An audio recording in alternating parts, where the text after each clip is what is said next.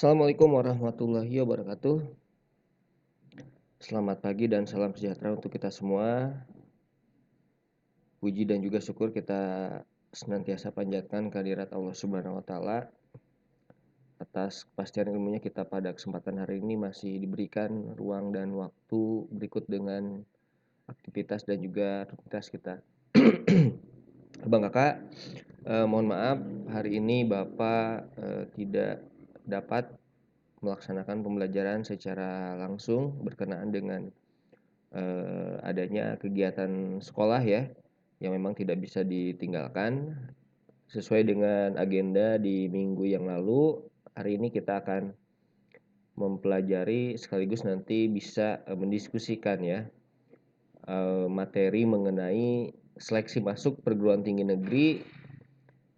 Untuk khusus ya hari ini kita akan membicarakan untuk jalur SNMPTN ya, seleksi nasional masuk perguruan tinggi. Ya, apa saja yang akan kita bahas ya. Yang pertama ada pendahuluan, nanti kita juga akan sama-sama menyimak terkait dengan jenis-jenis dari seleksi masuk, lalu alur dan teknis pelaksanaan seleksi masuk jalur SNMPTN, dan nanti ada refleksi ya yang akan kita sama-sama lakukan. Ya, langsung saja. Jadi ini ada 3 tujuan pembelajaran yang mudah-mudahan dapat tercapai ya dari proses pembelajaran yang kita lakukan hari ini. Yang pertama, Abang Kakak ini dapat nanti memahami ya jenis-jenis seleksi masuk PTN dengan baik. Ya, ini seleksi masuk untuk utama ya, masuk utama PTN.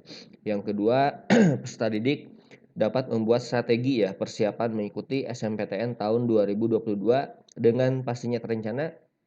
Dan yang ketiga adalah peserta didik dapat memahami alur dan timeline untuk pelaksanaan ya SNMPTN tahun 2022 dengan baik. Ini tujuan pembelajaran yang mudah-mudahan bisa tercapai setelah Abang Kakak menyimak video materi ya hari ini. Ya, coba Abang Kakak lihat ya, di sini ada beberapa gambar atau lebih tepatnya logo ya. Logo yang terkait ya dengan seleksi masuk perguruan tinggi negeri. Ya, di sini ada yang paling atas ya logo LTMPT ya, Lembaga Tes Masuk Perguruan Tinggi.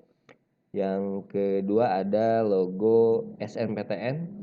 Lalu yang ketiga ada logo SBMPTN dan terakhir ada seleksi mandiri PTN. Ya, Abang Kakak nanti harus tahu ya karakteristik dari masing-masing logo ini menjelaskan tentang apa sih gitu ya. Ya nanti bisa Abang Kakak jawab ya di kolom komentar ya di YouTube channel Bapak khususnya seperti itu. Ya. Nah, kita langsung aja ya pada pendahuluan ya. Jadi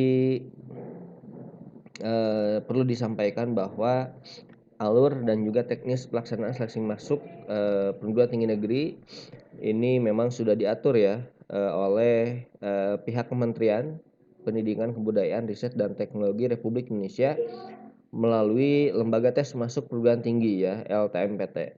Ya, berikut sebetulnya seleksi masuk PTS pun sama ya, walaupun nanti ada jalur yang memang dikelola oleh perguruan tinggi masing-masing seperti itu. Ya, pada dasarnya sebetulnya setiap tahun teknis ataupun alur ya dari seleksi masuk perguruan tinggi ya dikatakan hampir ya sama lah ya, hampir sama, mungkin ada beberapa perbedaan ya. Namun biasanya yang cukup dinamis ini adalah terkait dengan kuota ya, penerimaan pada seleksi pada setiap jalur seleksi ya, yang setiap tahun cukup fluktuatif ya, karena memang beberapa perguruan tinggi juga ya beberapa setiap tahun ada yang membuka juga jurusan baru atau prodi baru yang mengakibatkan memang ada perubahan-perubahan kaitan dengan kuota ya, seperti itu. Berikutnya ya, kalau kita lihat ya jenis-jenis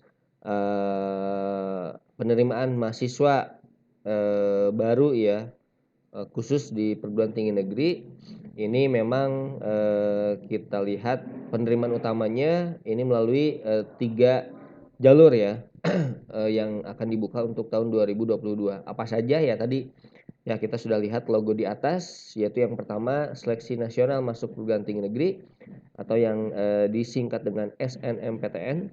Lalu ada seleksi bersama masuk perguruan tinggi negeri ya, melalui jalur tes ya, UTBK, ujian tes, berbasis komputer, ini SBMPTN ya, UTBK SBMPTN. Dan yang ketiga ada seleksi mandiri yang teknis dan, alur persyaratan ini memang dikondisikan oleh kampus masing-masing ya. Dan hari ini kita akan, fokus untuk, membahas, materi terkait dengan seleksi, PTN yang pertama, yaitu SNMPTN. Ya, kita langsung saja ya membahas materi yang pertama, yaitu terkait dengan seleksi nasional masuk perguruan tinggi negeri atau SNMPTN. Ya, kalau kita lihat ya dari, definisi atau konsepnya, jadi, kepanjangan tadi sudah dibahas di awal ya. Berikutnya jadi berbeda memang dengan jalur lainnya ya. SNMPTN merupakan jalur undangan dan tidak membutuhkan tes atau ujian ya. Jadi tidak ada tes atau ujian, di mana salah satu dari indeks penilaian SNMPTN adalah, nah ini berdasarkan dari prestasi akademik yang memang dilihat berdasarkan nilai raport ya dari semester pertama sampai dengan semester yang kelima ya. Dan komponen yang lainnya adalah raihan prestasi yang dibuktikan ya melalui, sertifikat, prestasi pastinya yang nanti akan di-upload pada akun, LTMPT, masing-masing peserta seperti itu. Nah selain itu, ada beberapa hal yang memang menjadi, penentu ya dalam peluang kelulusan jalur SNMPTN atau yang dikatakan indeks sekolah. Nah kita lihat ya silahkan disimak. Jadi indeks sekolah ya ini sebagai satu kriteria, dari kelulusan ya, eee, jalur SNMPTN. Yang pertama pastinya adalah akreditasi sekolah ya, di mana semakin, baik akreditasi yang diraih oleh sekolah ini akan semakin, menambah gitu nilai atau value, dari ya sekolah itu sendiri. Yang gimana nanti memang yang paling berpengaruh adalah terkait dengan, jumlah siswa eligible yang memang pengaruhnya adalah dari akreditasi sekolah ya yang diraih. Yang kedua yaitu jenis, kelas ya walaupun secara umum untuk saat ini, jenis kelas ini memang, sudah dihilangkan ya yang sekarang memang jenis kelasnya lakukan secara reguler ya. Lalu yang ketiga adalah banyaknya alumni sekolah yang diterima di PTN tujuan. Ya, ini juga cukup berpengaruh ya, terhadap kelulusan dari para peserta SNMPTN. Yang keempat, nah ini juga yang paling penting ya, ketika misalkan nanti abang kakak sudah lulus, untuk jalur SNMPTN dan mulai perkuliahan yaitu, terkait dengan raihan indeks prestasi kumulatif ataupun ya prestasi alumni.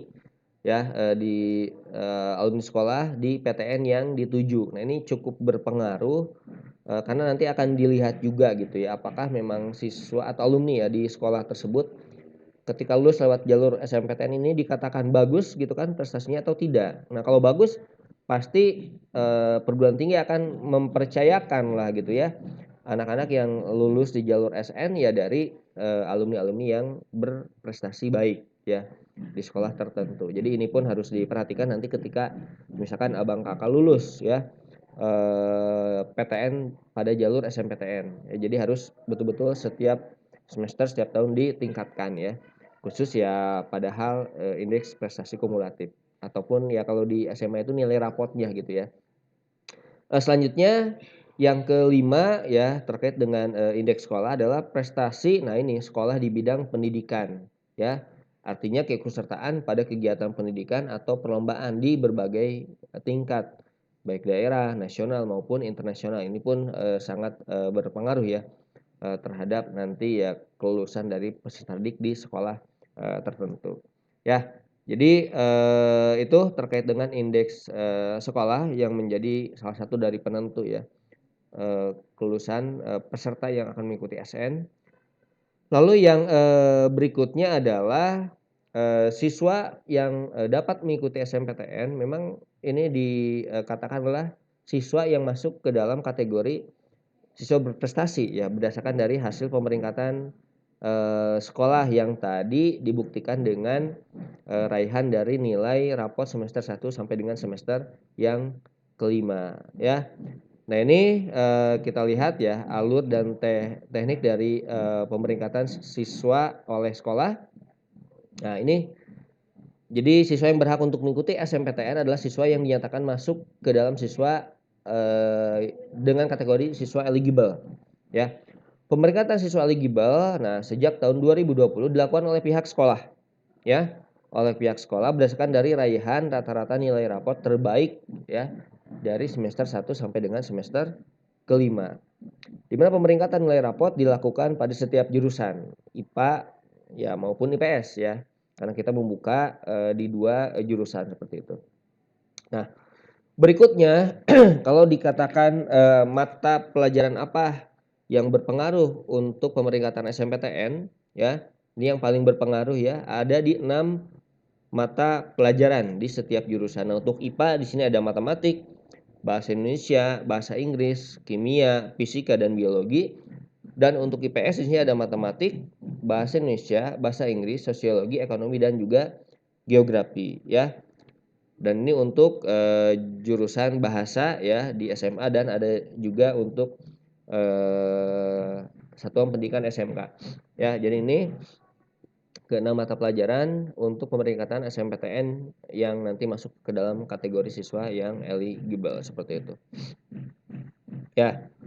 Nah, jadi pemeringkatan SNMPTN kalau dilihat dari nanti kuota ya atau jumlah kuota atau jumlah siswa yang dikatakan eligible ini ditetapkan ya melalui ketentuan akreditasi sekolah yang dimana nah ini untuk yang pertama ya SMA 2 Bangsa juga mendapatkan akreditasi A, maka 40% dari jumlah alumni ya berarti di angkatan keempat ya yang akan lulus di tahun 2022 adalah 40% yang nanti berhak untuk melakukan pendaftaran di SNMPTN ya.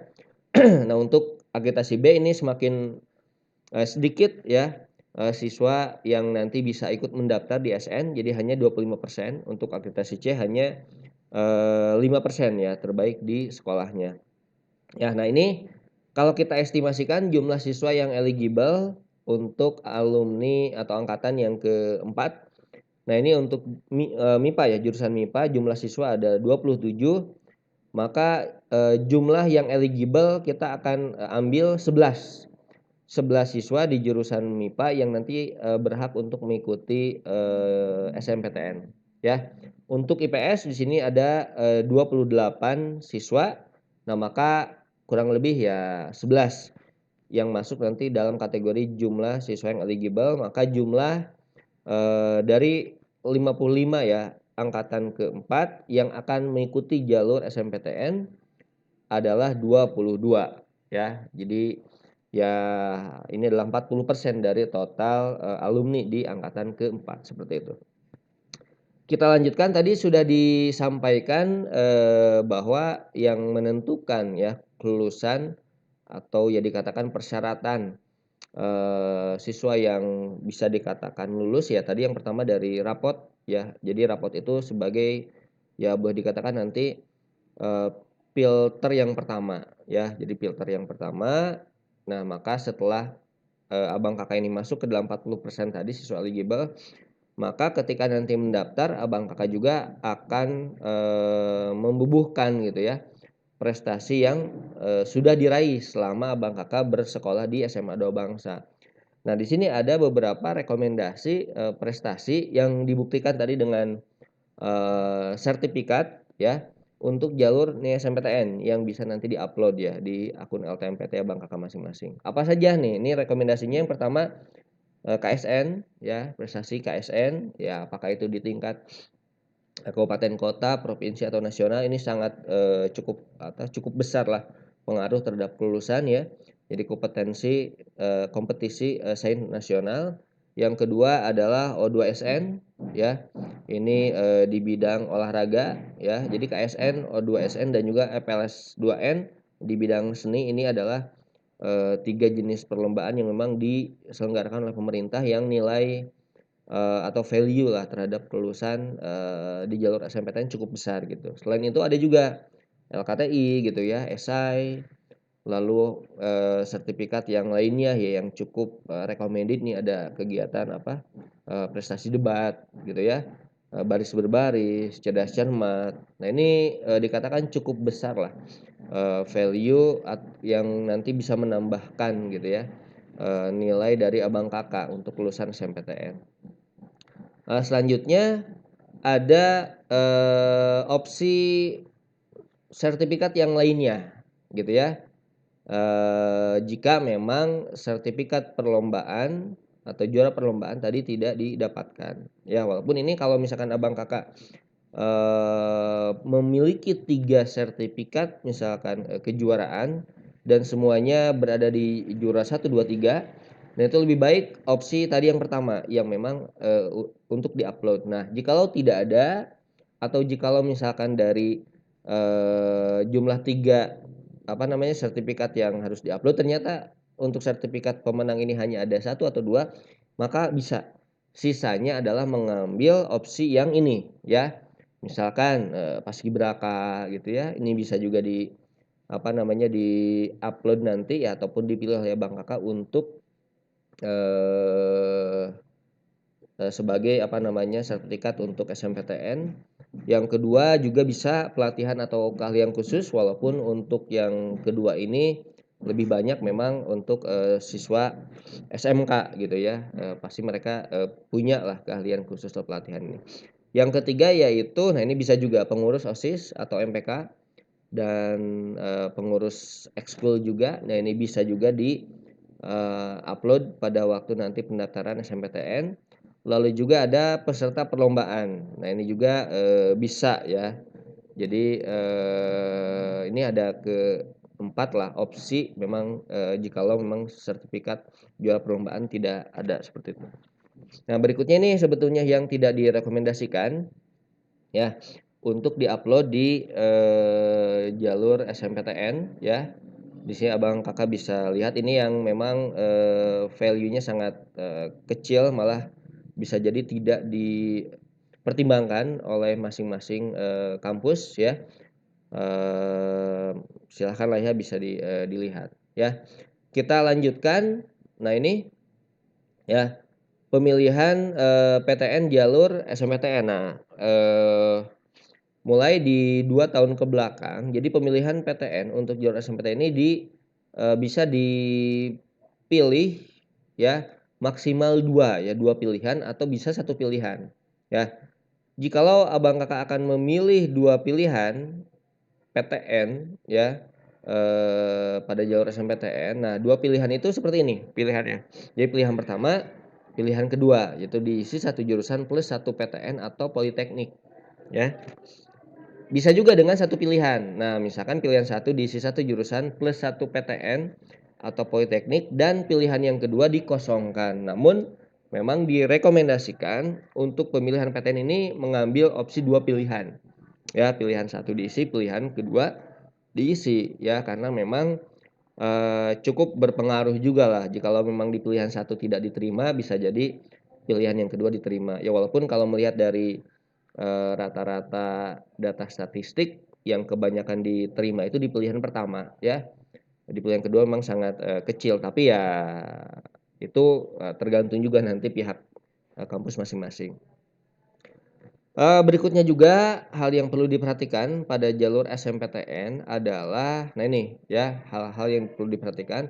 Jadi tadi sudah dikatakan bahwa asal sekolah, mempengaruhi kelulusan. Jadi jumlah alumni yang kuliah di PTN tujuan ya, ini cukup berpengaruh terhadap kelulusan nanti abang kakak yang akan mengikuti SNMPTN. Terus juga tadi prestasi ya, sudah disampaikan tadi, IPK dan juga prestasi yang lainnya ya. Kakak kelas yang kuliah di PTN dan lolos melalui jalur SN ini sangat berpengaruh prestasi mereka juga gitu. Nah, begitupun nanti abang kakak kalau lulus di jalur SNMPTN maka IPK ini harus betul-betul ditingkatkan dari semester ke semester seperti itu ya. Lalu juga, nah ini berdasarkan dari data statistik juga direkomendasikan agar abang kakak bisa memilih prodi di PTN yang linear gitu kan, dengan jurusan SMA. Jikalau IPA ya bisa mengambil rumpun IPA, IPS bisa mengambil rumpun IPS ya. Ini direkomendasikan.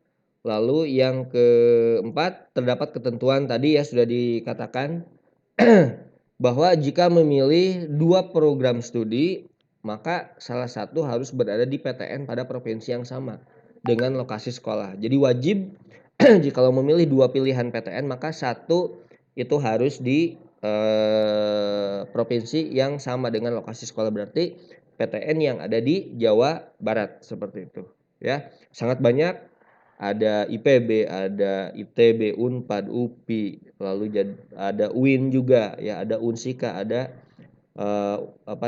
Universitas Siliwangi ya, yang nanti bisa dipilih ya oleh abang kakak. Itu beberapa perguruan tinggi negeri yang berada di Jawa Barat. Ya, nah di sini ada pertanyaan ya Bapak, kalau tahun kemarin juga mengajar ataupun kalau ada beberapa diskusi-diskusi di media sosial, benarkah SNMPTN mengutamakan anak daerah? Ya, di poin tadi yang sudah disampaikan. Nah, kemungkinan besar iya. Ya, jawabannya kemungkinan besar iya. Ya.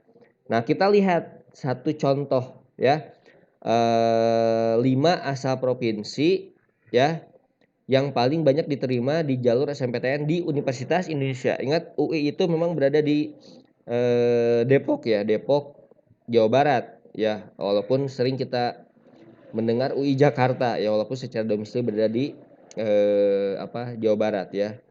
Nah, kita lihat ya, 5 provinsi mana saja yang paling banyak diterima. Nah, kalau jawabannya iya tadi ya, bahwa pertanyaan dari apakah SNMPTN mengutamakan anak daerah, kemungkinan iya, berarti harusnya jumlah asal mahasiswa yang diterima di UI untuk jalur SNMPTN ini tidak jauh dari Jawa Barat atau DKI Jakarta. Apakah benar? Nah, kita lihat.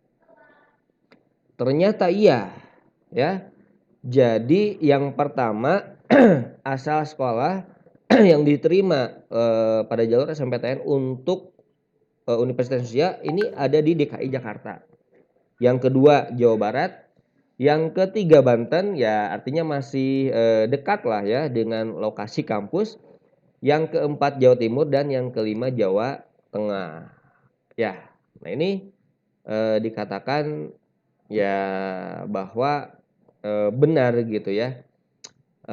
Asal daerah menentukan terhadap PTN yang berada di provinsi tertentu. Nah, coba kita lihat lagi ya, alumni angkatan ketiga di SMA Dua Bangsa yang diterima pada jalur SNMPTN tahun 2021. Nah, perlu disampaikan bahwa alumni di tahun 2021 yang mengikuti SNMPTN ini ada kurang lebih 19 siswa dengan kelulusan ya, presentasi kelulusannya dari siswa yang eligible adalah 50%. Nah, di manakah saja gitu PTN berdasarkan daerahnya? Ternyata kita lihat ya 78% abang kakak di alumni yang ketiga diterima di PTN yang berasal dari Jawa Barat ya. Apa saja? Nah, ini ada ITB, Unpad, ya mayoritasnya ada UPI ya 4 orang, dan ada Unsika ya, Universitas Singa Perbangsa Karawang ya. Satu ada di Jakarta ya, di sini ada UIN Jakarta, dan satu ada di Sumatera Utara ya. Jadi kurang lebih 78%, artinya mayoritas abang kakak yang diterima di PTN memang berlokasi di Jawa Barat seperti itu. Ya, nah tadi sudah diperlihatkan ya beberapa data statistik terkait dengan penerimaan jalur SNMPTN, dan berikutnya, nah ini Bapak sampaikan terkait dengan tahapan registrasi SNMPTN ini secara umum. Ya, jadi nanti Abang Kakak yang nanti juga akan disampaikan secara timeline-nya. Jadi tahapan registrasi untuk SNMPTN kita bagi menjadi 6 tahapan. Di mana tahapan yang pertama nanti Abang Kakak akan membuat akun LTMPT ya. Bagi Abang Kakak yang akan mengikuti UTBK SBMPTN pun sama harus membuat akun LTMPT. Jadi nanti direkomendasikan semua siswa yang akan kuliah ini wajib untuk membuat akun LTMPT karena akan dipakai juga bukan hanya untuk SN tapi juga untuk UTBK SBMPTN. Ya, jadi tahapan yang pertama tadi membuat akun LTMPT, yang kedua pengisian PDSS ya. Pangkalan data sekolah dan siswa, di mana untuk pengisian PDSS nanti akan dilakukan oleh sekolah. Berikut poin yang ketiga yaitu pemeringkatan siswa oleh sekolah. Dan ini akan dilakukan oleh sekolah ya. Sampai pada poin keempat yaitu pengumuman peserta yang eligible untuk mendaftar SNMPTN. Ini akan dilakukan juga oleh sekolah gitu ya. Nah, baru poin yang kelima pemilihan PTN dan program studi nanti akan dipilih oleh Abang Kakak ya berdasarkan dari nanti rekomendasi-rekomendasi yang diberikan seperti itu. Dan yang terakhir adalah mengunggah portofolio bagi peserta yang nanti akan memilih program studi bidang seni dan juga olahraga. Ya, nanti harus membuat portofolio dan nanti harus diunggah gitu ya di akun LTMPT masing-masing. Ya, itu tahapan registrasi secara umum. Nah, kalau kita lihat secara detail gitu ya, ada kurang lebih 6 tahapan untuk melaksanakan registrasi SNMPTN. Yang pertama, nah ini siswa melakukan login di portal LTMPT ya, diisi alamat email ya, Bang Kakak harus menggunakan email yang memang alamatnya valid dan passwordnya juga sama. Dan awas jangan lupa ya karena itu yang menjadi kunci untuk Abang Kakak masuk ke akun LTMPT-nya. Yang kedua ya nanti Abang Kakak harus melengkapi isian profil ya. Di situ ada data kelengkapan orang tua dan lain sebagainya. Lalu juga yang ketiga, nah ini pemilihan prodi dan juga kampus ya pada halaman pilihan. Yang keempat tadi yang sudah Bapak sampaikan ya harus mengisi portofolio bagi yang memang Abang Kakak akan memilih prodi seni ataupun olahraga seperti itu. Yang kelima, siswa harus mengisikan prestasi ya tadi yang Bapak sampaikan dibuktikan dengan sertifikat ya pada kolom prestasi. Dan yang terakhir adalah melakukan finalisasi ya. Finalisasi jika memang isian sudah dikatakan benar. Dan yang terakhir ini ada ternyata poin yang ketujuh yaitu siswa ini harus mengunduh dan mencetak kartu registrasi setelah seluruh tahapan dan Abang Kakak menyelesaikan tahapan finalisasi, maka silahkan langsung bisa mencetak kartu registrasi sebagai bukti bahwa Abang Kakak mengikuti SNMPTN gitu ya di tahun nanti 2022 ya. Nah, ini ada timeline penting juga yang harus Bapak sampaikan kepada kalian ya. Di sini ada timeline penting kegiatan sekolah dan juga ada timeline untuk beberapa jalur seleksi ya. Ini silahkan nanti bisa dilihat ya. Dan untuk SNMPTN di sini sudah harus bersiap di bulan Januari dan Februari. Ini pendaftaran dan pengumumannya biasanya di awal bulan April ya 2022 nanti ya. Ya, dan ini beberapa prediksi ya jadwal SNMPTN di tahun 2022 ya. Jadi seperti ini. Jadi nanti silahkan Abang Kakak untuk mempersiapkan diri dalam mengikuti SNMPTN ya di tahun 2022 seperti itu ya. Itulah materi yang bisa Bapak sampaikan terkait dengan jalur seleksi yang pertama itu SNMPTN. Dan di minggu depan kita akan lanjutkan materi pada penerimaan masuk PTN melalui jalur UTBK SBMPTN dan juga seleksi mandiri. Ya diharapkan nanti Abang Kakak bisa juga coba untuk mencari informasi ya terkait dengan apa itu UTBK SBMPTN dan karakteristik dan hal lain. Dan silakan minggu depan untuk ditanyakan di forum pembelajaran kita ya. Itu saja yang bisa Bapak sampaikan. Jikalau memang ada pertanyaan seperti dengan materi yang sudah disampaikan, silakan nanti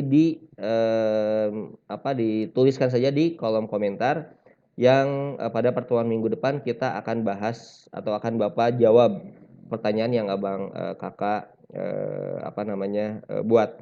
Dan untuk absensi silahkan nanti juga di kolom komentar itu bisa dituliskan ya, nama dan kelas ya kalian nanti itu akan, masuk ke dalam absensi, di, BK seperti itu. Itu saja.